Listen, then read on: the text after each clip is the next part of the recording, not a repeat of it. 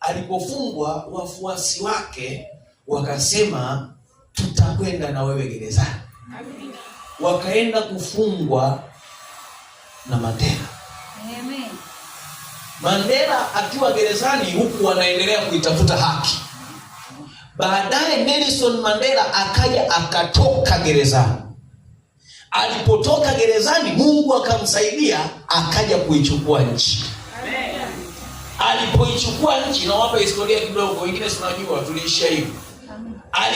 Alipochukua kiti Mandela, watu wa kwanza kuwapa nafasi kwenye viti vya serikali ni wale aliokuwa nao gerezani. Endeleeni kukaa naye kwenye mahema huyu mtu. Mkitoka hapa mtaenda kupata viti kwenye ufalme wa Mungu. Naeleweka kidogo sana? Amen. Ninaona ana maono ya mbali. Na mimi nimegundua anaenda mbali, na mimi nimejiandaa nitaenda naye. Amen. Kwa sababu siku moja atakuja kuwa na kanisa lenye maelfu ya watu, alafu mimi nitamkumbusha. Nitamwambia, unakumbuka tuliwahi kuwa wote gerezani? Nikimkumbusha atasema kuna kiti chako mtumishi wa Bwana. Nitakaa. Amen.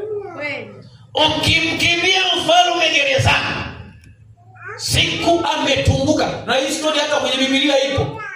Si mnakumbuka Yesu wakati ameweka msalabani?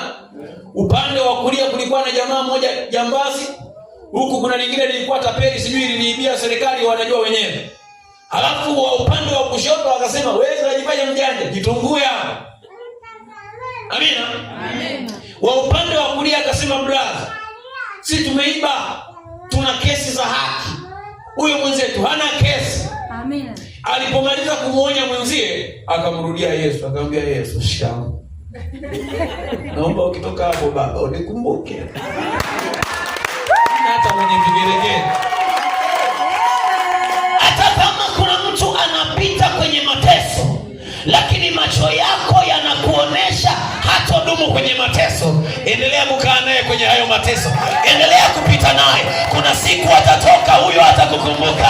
Atasema, huyo ni mwanangu. Nilikuwa naye wakati sina mabati. Nilikuwa naye wakati sina vyombo. Nilikuwa naye wakati sina viwanja. Nilikuwa naye wakati sijajenga. Leo nimejenga nyumba za kutosha. Acha mwanangu nimpe ile, na mwingine nimpe ile. Ninaona watu watagawiwa ufalme kutoka Penueli. Pigia Yesu makofi na vigelegele. Haleluya.